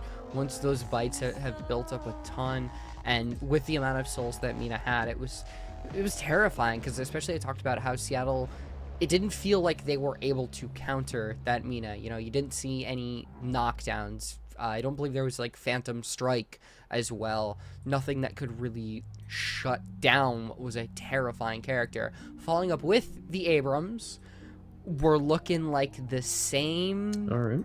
band, so it's the same pick and ban so far. Not good for Seattle because we saw Pen Llama in the laning phase was an absolute menace, was able to control the boxes, control the early game, and then once you got into the late game, those charges combined with the slams were just so fight defining that there wasn't anything Seattle could do about it. Yeah, and to think about having to face up against that again is definitely probably a consideration that they've had going into this. I don't know, giving them both the Abrams and the Mina is putting yourself on the back foot already. Waiting to see here, maybe Seattle does have a bit of an answer, right? Rochester, we kind of expect them to do something pretty similar as before, right? Because they did win so significantly, it doesn't hurt them to repeat the same tactics, pick a mostly similar safe-ish draft, but it really does come up to Seattle how they want to respond. Maybe they're going to go with the Billy. This is the same characters as before. Seattle. I'm sensing a trend. Seattle, what are we doing? These are the same characters. We lost pretty significantly in the last game. We gotta lock in here. We gotta make some changes, because unless there is a coordination among the team that is like, hey, we're going to alter the build so that we are able to counter build a little bit more, that's where I could say, hey, okay, that's fine if we're kind of running the same thing, if we, play around chain gang a little bit more, if Wyatt is able to get a lot more presence with that Lycan Curse, because there was, in the mid game, Lycan Curse was a bit of a big threat, but it was in the latter half of a lot of those fights when it really was decided, and I talked about how Wyatt was suppressed in the early game. Things could go differently depending on how you build, how you position. It's a very complex game, and we'll see if they play it differently.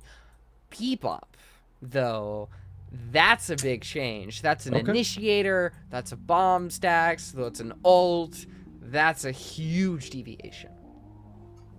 Yeah, taking that role from the Haze last round, right? Because Haze was not really able to generate too much value on her own. Bebop is definitely very capable.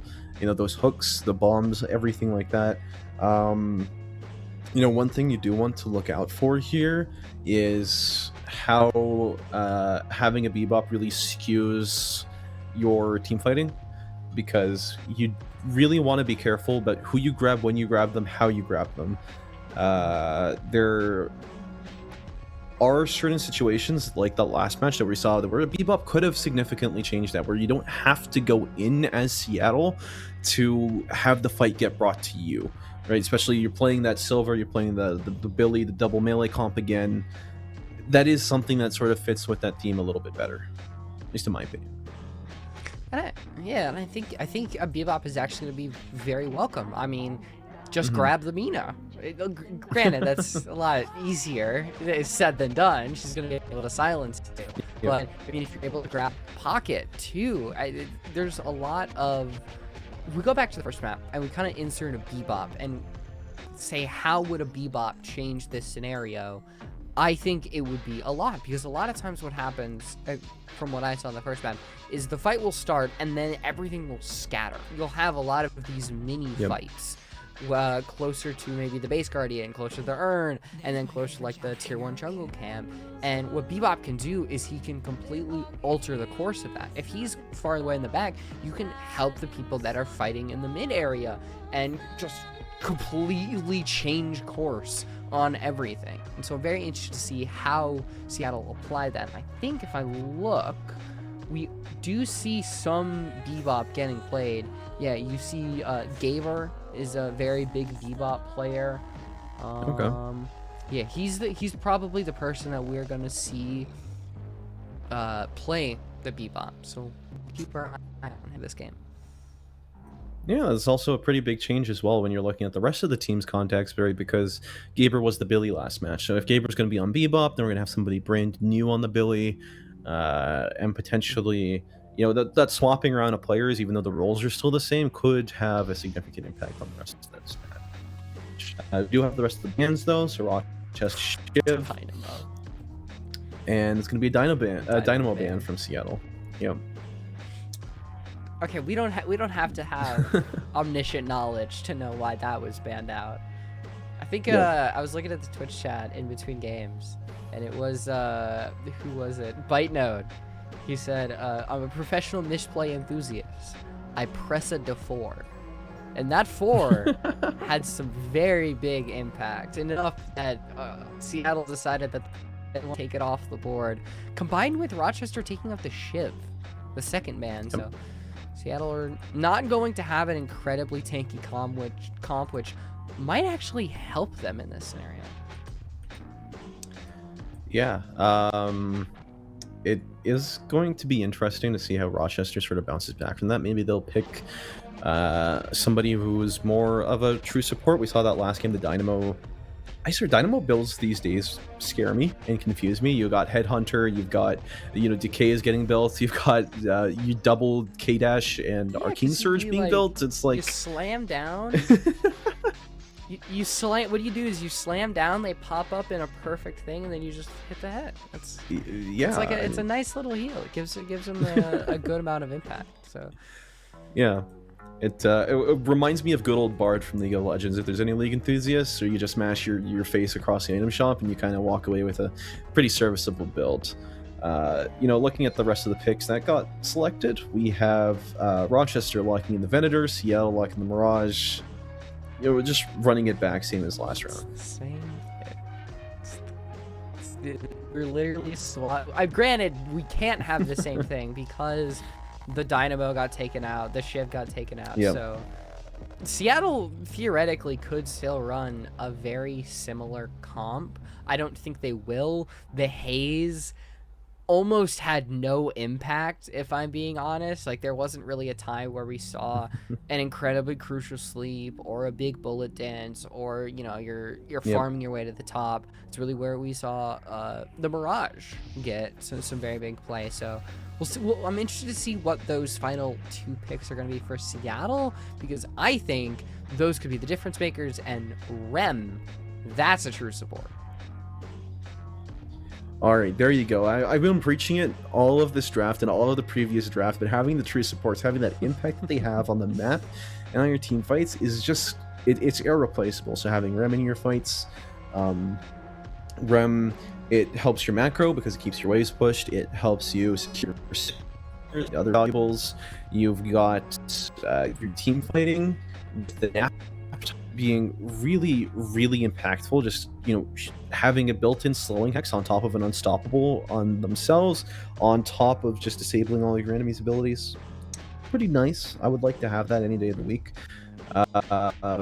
So I'm interested in seeing how Seattle are able to apply that to their comp. Yeah, it feels like, so when I was talking about the it factor for each team, yep, Seattle, I think getting the Rem ult, that's a big it factor that can completely change some of these fights. Rochester picking up the Paradox, that's going to be a big initiator. That's going to be able to shut down potentially a Silver, Billy, Rem. You just completely swap that out. Swap somebody in to an Abrams charge. That's not going to be a fun. I'm just calling my shot because I know that's exactly going to happen. Seattle and Rochester, I think the adaptations that both teams have made with those bans have been very good. Seattle have swapped in 2 characters that are pretty strong in Bebop, can be a big initiator that was missing from the first game, and Rochester, even though they don't have that singularity, getting the Paradox swap is going to be a big help in that kind of combo that Penlama really likes to run. Yeah, and now we have finally the last pick here for Rochester. We got a Page. So, Page clearing the way with her ultimate, making sure that you got plenty of CC, plenty of shields. Going to provide a lot of valuable utility for the team, especially when they're facing off against so many drain tanks. Making sure to keep your team alive just a little bit longer is really strong, and it also gives your team a really strong supportive item holder. Previously, last game, they didn't really opt into having one. I mean, they had the Dynamo, but he was itemizing in the Dynamo sort of way, mostly damage, some other proxy utility. But this Page is going to go full on making some of Seattle's members really, really miserable this match. And then the last one, gonna be a Lady Geist. Something that interesting. I look at Lady Geist compared to what Rochester have, and it feels like Rochester don't have a real good M1 carry. I mean, Mina, I feel like she kind of down the line of being an M1 carry because of those love bites. That's going to be a massive amount of damage, and I think that's really what Rochester going to lean on. But I think the Geist is going to be very good if Seattle can play into that late game combined with the Mirage. That could be a very, very threatening combo. I like the changes on both sides. I think it provides a nice little freshness to everything. And for Seattle, they don't have, the three tanks, the main draw compared to what Rochester have with those that burst damage is gone. But now I think they've got the dedicated support. They've got that initiation when it comes to that paradox. So some good swaps on both sides. Yeah, there's certainly a lot. I like that Seattle is committing really hard to their idea. They want to play that close range comp. They want to play that brawl style, and they've picked things that enable that very well. And meanwhile, Rochester are still diversifying themselves in a way and making sure that they're able to play the map at large. And they're going, I think, a little bigger picture with this. And yeah, once we get into the game, a lot of the adaptation that's going to come up is going to be through the item system, through what lanes we assign ourselves to. There's a lot coming in. Yeah, already looking at that Abrams lane. That's going to be probably something we're going to keep our eye on because it was a very big factor in how aggressive that mid lane was allowed to play, combined with that paradox as well. So Billy having the Mirage is going to have a little bit of a difficult time, and I imagine that we're potentially going to see some ganks. And oh, look at that! Some big swaps happening early on. Bebop and Silver now going to the mid lane. And now Billy and Mirage are going to help with the failed, I guess, no, not divorced, but I don't know what you want to call that. The blood feud lane of Mina and Pocket. Yeah, there's certainly something there. I think it's a good overall swap that really benefits Seattle in the situation. Billy might struggle a little bit just to close out on his targets, but he isn't going to be bullied in this lane, which I think is still a positive outcome for them. I think that running your Geist alongside a Rem is a little bit unethical, but we'll have to see how that plays out, because Venator is very, very good at neutralizing the close range with his gut shot early levels, and having a Page on top of that as well. I don't think we're going to see very many kills coming out of that lane. I don't know if you also saw, we saw some swaps coming out. I believe Mina and Paradox changed as well. So very, very big. Oh, I think we are having some server lag issues. So that is not very cool. And we get to kind of talk about some of the late. Not much has happened, which kind of sucks because it makes the analysis a little bit harder to do. But, oh, are we back? And we're back. Look at that. That's all right. Well, it's really a shame that we missed that, but the Bebop here is 1 HP, gonna try and run their way away. But yeah, Pen Llama, able to get an early pick. This is a first blood faster than the one we saw last time. Wow, that's an acceleration. Yeah, and you look at the 2 minutes. Look where Pen Llama is. Look what he's doing. Yep. He is leaving the Mina all alone, which could be a bit of a disastrous thing given the Bebop combined with the silver. But if Arcus is able to just maneuver correctly, somehow stay alive, then Penlama is going to be allowed to steal all those boxes and already get a little bit of a big advantage in that mid lane. Yeah, you know, Arcus getting that solo farm, being up at 2.1k themselves, and then Penlama as well, you know, through the virtual boxes and pots, is able to be up at that same level.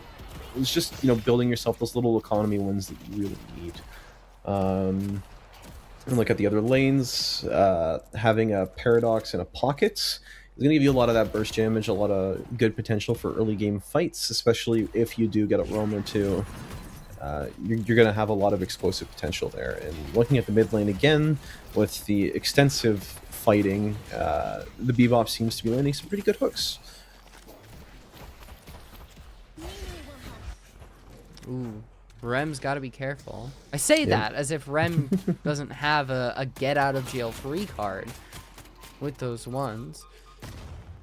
Ooh, I bet Arcus was really wanting that Sanguine retreat to come out online. Big hook. Oh, wow. Down goes the Mina, and that is the difference a Bebop can make in your comp. And now any big soul advantage that Penlama had by going off that site is really gone with a hook like that. You know, really, really nice play there, and then Venator's not really quite able to secure out that kill onto the Rem, and it's going to be the reverse life drain here just to, you know, provide a little bit to your ally. You know, I've been doing a little bit of screen peeking at the map so far, and just seeing the Bebop land hooks so consistently. You see a Mina icon just flying across the map at light speed. It's pretty funny, I think. Yeah, and I said that it might be Gaber playing the Bebop. Gaber is still to be on that Billy. It's Rugert on the Bebop, and honestly, Rugert so far has done a very good job with those hooks. Abram tries to get a bit of a charge, comes through, and it seems like it might be Bebop who falls 40 HP, might be able to get away and deny the souls, does so, and now it's actually Penlama down. The parry is there, dueling parries actually, and maybe with 64 HP, it could be the Bebop who comes in and lands a very critical hook. But here comes Perp, up with the Tornado, up with the Jin's Mark, so low, and yet it seems like Arcus might be able to get away with just a sliver, and he does. Barely snaking away there. It was a really good conversion from Seattle. Turning the table on them for breeding a little bit too hard onto Rugert. You know, Rugert has full spirit items, has Mystic Burst, has expansion, has extra spirits, is all inning on that early game damage, and I think it's serving themselves very well, especially compared to what we saw last game with them on the Shiv. I mean, yeah, we've gone from Rugert being potentially the problem on Shiv to Rugert being the difference in the lane. I think that's potentially what you can do when you have a big initiator like Bebop. And we're not seeing a lane that's really struggling compared to what we saw last time. We're just seeing a lot of big kills that, I mean, Chain Gang is going to be massive, but so is the Swap, dealing a lot of tower damage. But Spawn has to be careful. Just a sliver of HP will go down. And now Pocket playing under tower, using that cape and that cloak. Gonna be able to survive just for a little bit. Wow. I don't think I've ever seen that before, seeing that Swap go through in the middle of a chain gang to maintain the distance there. And after all, it was all for naught, really. Just the Pocket does fall eventually, defending their own tower. Not quite able to get enough damage in to get a trade, though. And now you have Penlama falling. It was Rochester who was really coming out of the lane phase in the first map, and now they seem to be the one as a majority are coming from Seattle. I mean, you have this Rem and Geist lane being pushed back. Penlama is going to have to rotate just to try to get a charge. He will, and Rem takes a whole chunk of damage. Has that too. The get out of jail free card that everybody loves on ramp. But what a great charge from Paige, even though You do have the sleep. It's not really going to do too much, but push back the 3 remaining characters. And now Bebop, on his own on the right lane, isn't really going to be able to do too much, but take those massive amount of souls from the creeps. Yeah, it was a valiant effort there to, you know, hold back the attacking team, but, you know, ultimately you do lose your Rem, you do lose your other member there under the tower, and you're forced to come back with your head held a bit low. Meanwhile, we're looking over at the middle lane. We got the Mina and the Abrams from the tower. Lots of good early tower damage there, and the Silver just getting them personal, get that knock back, but ultimately ends up with them getting slammed into the wall. It's going to be a Lycan curse moment, and they're able to, you know, hang on a bit longer and really force back the attackers. Yeah, I mean, even if Lycan Curse doesn't really get the amount of kills, that it's just such a imposing wolf that you can't really do too much to actually push. It's just going to be something that you have to push back. Now Marky Poo going down as well. We're really seeing Perp come online. It feels like we haven't really talked too much about him, but I mean, Mirage has a pretty bad early game, but so far a lot of these kills just completely alleviate that, and we see the first Guardian fall. Yeah, I think that, you know, being able to accelerate anyone you want on your team, Mirage is definitely somebody you want to have a hot seat in the #1 position. We see Venator even just getting caught down really, really low and forced into a retreat. Gonna get healed up quickly. I think that was a healing rate, maybe. But yeah, now we're just in a situation where Rochester, they need time to scale, and Seattle, they're not really giving it to them. You can tell that Bebop and Geist are A lot really of ultimates wanting coming to put online. pressure onto that right lane. Yeah, you do have the Abrams slam. You've got Nox Nostra, that swap, Domini, and then you look on the side of Seattle, and really the two that you're probably gonna have to keep your eye on are gonna be that sleep and that hyper beam that Bebop has in about 5 seconds, where we could potentially see it just to pressure things out. The parry is there, but there is no chance for Bebop to even use the hyper beam, going down early. And now we're 0.8 seemed to struggle in this lane phase, but now has really started to make it his own. Yeah, really nice gut shot there. Managed to throw the needle instead of pushing the Bebop further back into the camp room. It's going to send them right into the door frame, stun him in front of the tower, and then there's not really too much you can do about it when you're in that situation.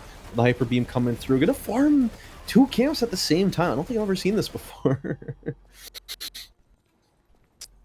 It's a bit interesting, but I mean, Rugert is a little bit low compared to, you know, your Wyatt and Perp, but what needs to happen, Yep. 2 ults at the same time, you are not walking away from this one, Wyatt. And Rem actually is found out as well. This could be a 2-for-1 special on the side of Rochester. It is, and you remember what I was talking about in the pre-show, that anytime it would feel like Seattle would get some momentum, one play that would just halt it right at its tracks, and that's the play. Because now, even though you get Earn, you potentially are going to have 2 players fall right here of Bradley, and Rugert has to be careful as well. Yeah, it just continues to ring true, right? Gabbard deposits the urn, and then immediately after that goes to the secret shop, and Rochester, they find the angle, they shut down Bradley, and they're continuing again to just play that game where, okay, you guys take something, we'll take something right back after. Billy gets caught out on the tier 2 camp, but he is going to be able to escape just a little bit longer. Not quite sure if they're out scot-free quite yet. And the Mirage is actually the one that's going to take the fall for that on the other side of the map. Yeah, I think Rugert might have actually hooked Gaber away from the danger.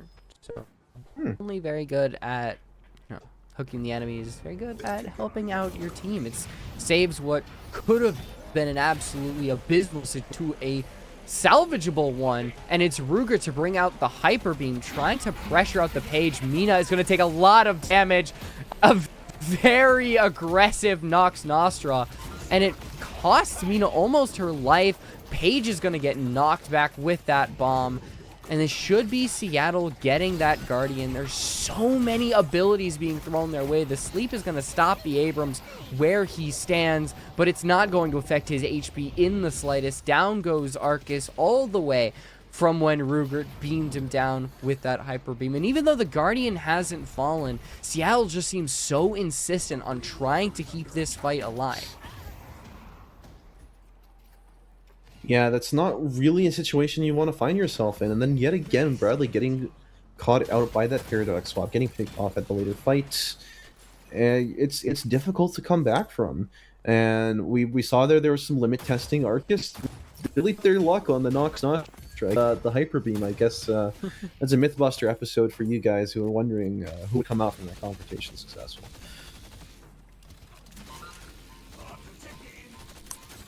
I'm going to see a lot of the farming. Ooh, Arcus at 0-5. I did not. That is rough.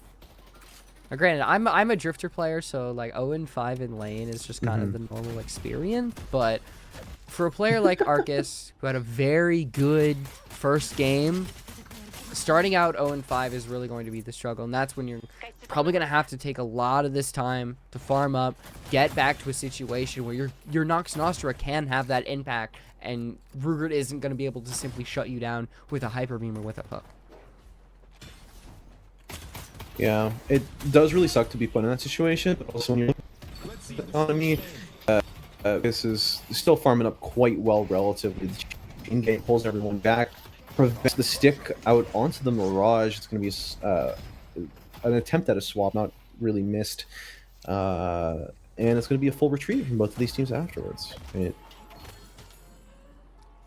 I think that was actually a really good choice there from Seattle, because you could tell Pen Llama going in with the charge, pushing Gaber away from his team, really wanted to get that fight started, but Gaber pushes back, Wyatt pushes back, and now Rochester are forced to use the slam just to try to initiate the fight, which fails.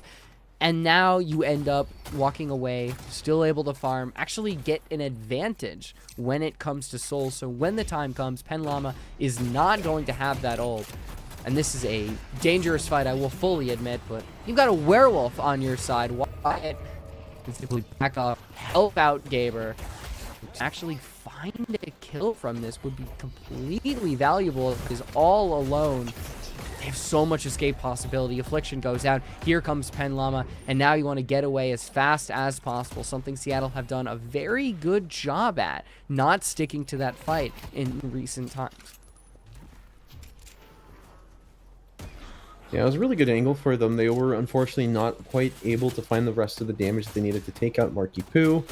And it was going to be a retreat as well. The Nox Nostra goes wide, and both of these teams, again, they're able to reset. Nobody quite winning from these interactions. And the urn is picked up for Seattle. Now they're going to start walking it over. They do have a lot of super impactful ultimates, where Rochester, all they really have is an Eerie Domini if they do want to rip it.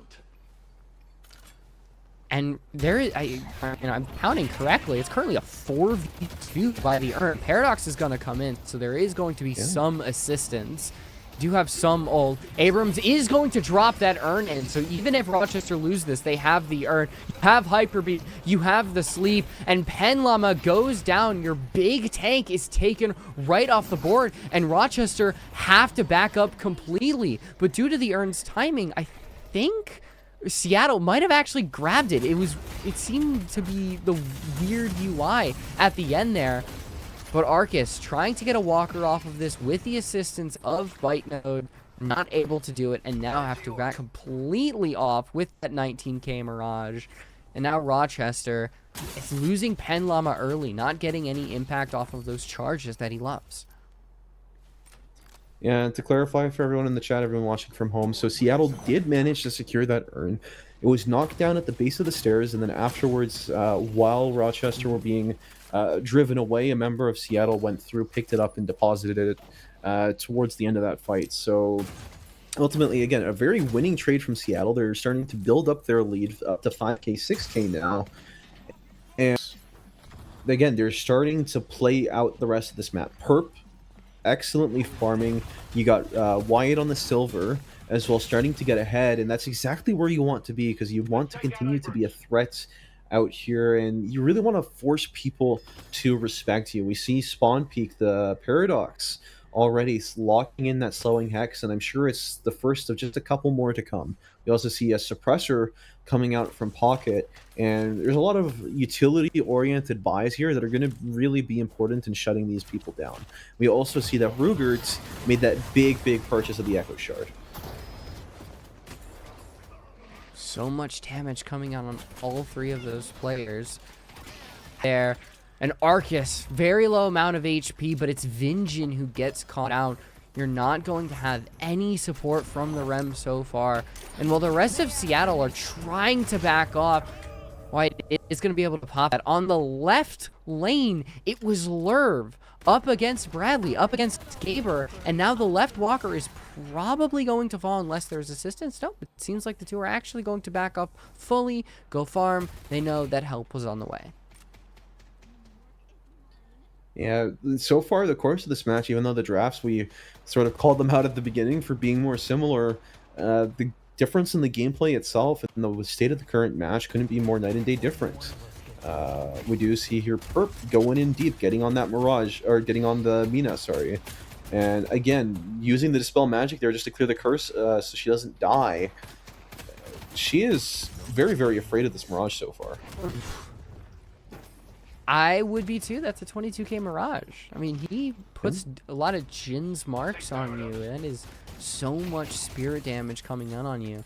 Now you've got Ricochet as well. Those toxic bullets. That's going to make being in Abrams in his vicinity so much more terrifying. We do have a lot of players coalescing around this right lane. You can see Pen Llama calling it out. There's the Rem. There's the Silver. An observation tower from the top. Seems like they're trying to actually pounce on that Rem. Not able to get anything from it. The Hyper Beam goes out, pushing out the Pocket. As the Abrams charges on in. Down he goes. Bebop, an incredibly low amount of HP. He's going to be forced to back off. As Sparky Poo and Spawn Peak fall. Mina tries to come in for the Nox Nostra, but she's at a low amount of HP. Is stopped where she stands. Gets away from the Sanguine Retreat, and Silver, she does not have a lot of range on those claws, but she's able to get that kill. And it's Seattle University. They may have had some low HP characters, but it's the kills that matter, and it's the kills on Mina and Pocket that get the job done. Yep, and now we're approaching that 20-minute timer. We have an urn that is available. It is a comeback urn, so you have a choice to make if you're Seattle. Do you want to either play it and keep it in your spawn, prevent the enemy team from being able to come back, or do you want to take this fight deep into their territory and really, further cement your lead into this game? We do see that Pen Llama is getting engaged on off of the mid lane. That's a lot of anti-healing proc on him already, but he is able to escape with just a sliver of health. Ooh. Rem almost getting caught out, but it's Bite Node all alone. If you remember, back in the first game, he had a moment where he was all alone, and that's where Seattle was able to pounce on him. But now Rock don't have that soul lead that they can fall back on, even if Bite Node dies. And so, as Seattle go to collect this, you don't have the Page ult to fall back on. You don't have the Abrams ult that you can rely on. There's nothing to drop this urn. Seattle are able to drop Arcus, get the urn, and increase that lead to an incredible amount. And it just seems like it's getting worse. There is no avenue that Rochester have found so that they can actually start to come back. Yeah, 20k, 20 minutes. You're very comfortable in the driver's seat, just to deposit the urn, so you got that you don't have to worry about for the next 3 or so minutes. And again, we're looking at a fight angle potentially leading us to our first mid-boss of the game. Yeah, they actually decided not to go a mid-boss off that. Mm-hmm. Bite Node was available. And now, because they waited, Pen Llama is going to be able to get that slam online. So you would expect an initiation to happen, get a couple kills, and then go for that mid boss. Like Yep. you said, as we reach that 20-minute counter, where is that fight going to happen? Just a lot of cleaning up onto lanes, a lot of walkers about half HP, nothing truly solidified just yet for items. Yeah, we get a bit of a sneak peek there. Bite Node is targeting the Cursed Relic next item. So I'm going to be able to use that to really shut down some of these key targets, make sure that the Mirage, that the Silver are not going to be able to pump out as much damage as they otherwise have been. Now, a big suppressor buy as well, silencer, sorry, buy on the Mirage is just going to further solidify that with the offensive and the defensive utility. What a grab onto the page. It's going to be a defensive knockdown to get her out, but it's not going to be for long, as Bite Node is the first victim of this team fight. That is... Bebop is a disgusting hero sometimes. If you stand in his general vicinity, like Bite Node did, you will go down. Honestly, it feels like it's not a great sign that Bite Node, even with his deaths, he's still one of the soul leaders in the game. Arcus, who had so many souls in the last game, is still struggling, and now you might have Lerv, who gets chunked down to about a quarter HP, goes down. Can the Irodemir find that Bebop? Doesn't seem like it will. Instead, it's going to be Markipu shutting down an incredibly hot Bebop. But it is not without huge cost to Rochester. Down goes your Venator and your Pocket, and it would not surprise me if Seattle want to keep this going, as Bite Node is the next to fall. 3 straight deaths in a row. And it seems like everything just gets worse unless Penlama can change things with the slam, but it's just to create some space between them and Seattle. Yeah, they're really starting to feel the brunt end of those death timers, as 30 seconds, 40 seconds for some of these members, even though they're behind. That's gotta hurt quite a bit, and it's gonna be Seattle.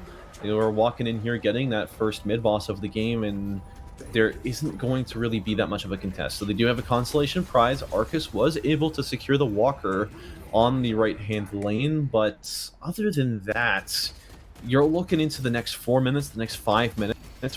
They're going behind these walkers. There's going to be silently waiting to see where Seattle is really going to pounce next, and they're going to have to surrender a lot of farm and a lot of souls just to do it. And now you've got Bebop with Spirit buff. Such a terrifying force. Mirage at 33k. Wyatt not struggling as much as he did in the previous game. It's great to see. We've been kind of critical of the Silver first pick recently, but it seems like that Silver is doing their job. Is everybody on the side of Seattle content on pushing lanes? That left side lane, they would really love to get a walk down. With so many souls, you gotta have to spend them on. Yep, and first walker coming down without any contention, any fights is pretty good. The urn was picked up just to see where it would be from the Geist, from the not from the Geist. The Paradox is actually going to go drop it back in the spawn to wait for a potentially better time to finish that delivery. And I think that's going to allow the rest of Seattle to get another walker. Yep. And Rochester, they don't seem like they're fully dedicated on either of them. A Tornado is going to chunk Mina down to low HP, combined with the Silencer. Deadly fate for Arcus, who clearly had a plan but was not ready for that massive Mirage. The swap coming on in. Double bombs combined with a Hyper Beam is not going to save the pair at all. And this solely just gets, there's still 3 Reju crystals up. They're going to be able to get a second walker here. Do you think there is a way in which Rochester can find themselves back in the game, or is this just going to be a slow walk towards the Seattle victory? I mean, I definitely think not no in the next minute or minute, 2 minutes potentially with the way that rejuves are playing out. I don't think that they're going to be even able to, with the full brunt of the entire team, be able to defend this last walker. They do have the wave that's fully escorted there. The Venator falls first. The Abrams have themselves to slam into a close wall, but it is going to be the rescue beam that pulls them out. The Affliction does hit one, but it's not going to lead to anything further. The Pocket barely being able to escape with their lives, never mind gets shut down right before the pearly gates of their spawn. You still have 3 rejuve crystals. Yep. By the way. Like, even after all this, nobody has technically died. And even go down, even if Wyatt goes down, they're right back up. There's 1 bomb stack around 400 HP because that Bebop Wow. just does so much damage. Yeah, there is no way Arcus is getting out of that. I think we're just This kind of Mina- waiting for this to happen. Yeah. Is just not quite able to play. You see the attempts. You see her trying to play that get in, get out style that she's so well known for, but you just can't from this much of a deficit. And Seattle, they're marching their way definitively through the base. The nice double kill there to wrap things up. Going to be both of the shrines falling shortly, and potentially even a patron knockdown. Yeah, even though the rejuve is going to expire. Oh, Ruger, there's no. Okay, Oh, that wow. would have been a diabolical hook that I've ever seen. Affliction comes out. I think it's actually. Is it on 4, or was that simply going to be that burst? It seemed like it's going to be onto 5. But Seattle University just fall back. They know they don't need to push with a 50k soul lead. The respawn timer's coming back online, and a honestly really good Affliction from Marky Poo. Yep. I've said it a couple times. They decide when this game ends at this point. Yep. Yeah, and with plenty of farm out on the map, they're able to clear back towards their own spawn, really continuing to starve Rochester even further. And then they will have the mid-boss coming up in about probably 2 minutes. They have all the time in the world to continue to hit their item spikes. They have a lot of space in their inventory. They have the cash flow to do it as well. There's really no pressure on them to end the game like right here, right now.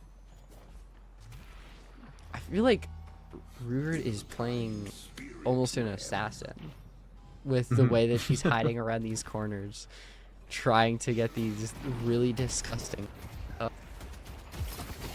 bit of a scary situation here for Pen Llama. It is in a Mirage with inhibitor, toxic bullets, everything and the like. Here is Ruger. He finally got what he wanted. The Mina is here. But with Dispel Magic, that's going to drop both of those bombs. She's going to be able to get away.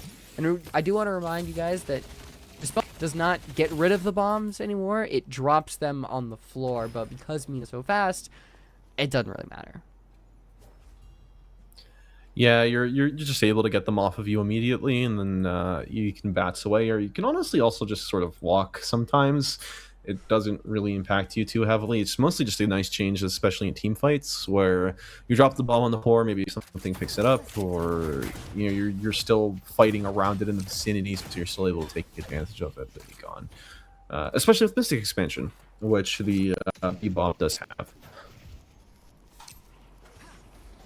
And here's a fight that could potentially decide if Rochester still have a dog left in this fight. Depop is forced back. Hyper Beam initiated. Paige down to about a quarter of HP. That's going to force her back. The slam happens, but Abrams is on a very low amount of HP. The charge happens, but it's just so he can get away. And with 4 players around him, there is no way Pen Llama is going to survive any of that. Lurv falls as well. Mina and Paradox designed just to get the wave on the left lane. With mid-boss up, you imagine Seattle are going to go for that as well and end the game shortly thereafter. Yeah, pretty systematic approach here. You're going to, follow the sequence that's most tested and most true. You're going to go here. Nice little sneak peek at the Baroness there in the back. But as the Riju falls, you have Rochester here looking in for that contest, is not quite able to get into the pits in time. And going to be the Mina that falls versus Paradox shortly after, and it's going to really spell out the end of this game. I don't know what else to say. Yeah, not even able to get a single rejuve crystal. A bomb is going to chunk Paige about half HP.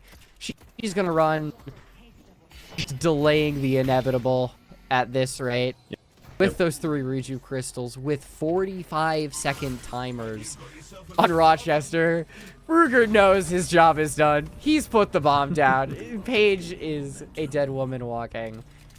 And yeah, Arcus kind of says it in general. Boom.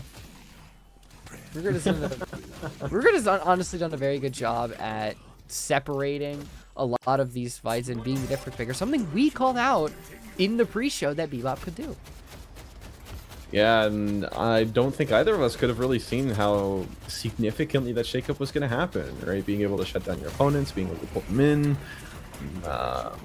really keep them exactly where you want them to be. You know, finally seeing Perp, you know, not in a starved team and being able to do the damage that they were always meant to be that carry that they could have always been, is very nice to see. And wow, just barely able to escape with 1 HP. Gets tagged by, I don't really know what that was at the end, but it is all for naught, as you know, the affliction does go in, and it's a big 1-on-4. And the swap is going to give Geist a massive amount of HP back. A gut shot sends Silver back up against the wall. And you can jam Silver's claws, you cannot jam a melee, and there is Seattle making it 1-1. They do drop the first map, but they make a statement in the second that said, this is not a regular thing. We still have the skills to win this, and we saw why with players like Rupert and Wyatt. Yeah, that was a really big bounce back. That was a big statement more than anything, as you look at them and you really called us doubt after the first match. But these players, they showed up, and they showed up big, and they're showing us why at the top of their group before. And if I'm correct, they continue to be at the top. Yeah, I mean, you do drop the map, which really does sting. But Rochester are definitely not no slouches. We saw players like Arcus, who were menaces in the late game, but once we went on to that second map, and Arcus really got caught out, especially by players like Perp, who was very willing to take on those 1v1s in the first map, was able to win them a lot more in the second map. 1-11. Wow. That is a rough pill to swallow for somebody who was a massive difference maker in that first map. But overall, a very good fight by both of these teams. We end up at a 1-1, and I feel like it was the characters that made the difference. You know, Bebop versus a Shiv on the side of Ruger. Yep. Just to seeing the difference that Bebop made was really inspiring. We also saw that, you know, the Geist swap, the Rem swap as well, they actually played really, really big roles, although we didn't have them, you know, in our face as much as the forefront. I know that, you know, Bradley on the Geist had a pretty rough time because of all the Paradox swaps and the silences and all of that. But you know, taking a lot of that pressure in for themselves and giving their own team the runway was pretty good overall. And you know, seeing the how the fights ended up playing out, I don't think there was a single doubt in our mind that, you know, Seattle had what it took to be in that driver's seat, and they were able to really shut things out when the situation called for it. Yeah, just sometimes you get outplayed, sometimes whether it is those builds, sometimes whether it is positioning or count. Seattle do a lot more in that second map. It was the difference maker. But that is going to be it from us. I know this is actually both of our first time casting Deadlock, especially on this channel. It's been a very enjoyable time, and I'm very glad to do it with you. So thank you guys so much for tuning into tonight. Make sure you tune in next week for even more Collegiate Deadlock.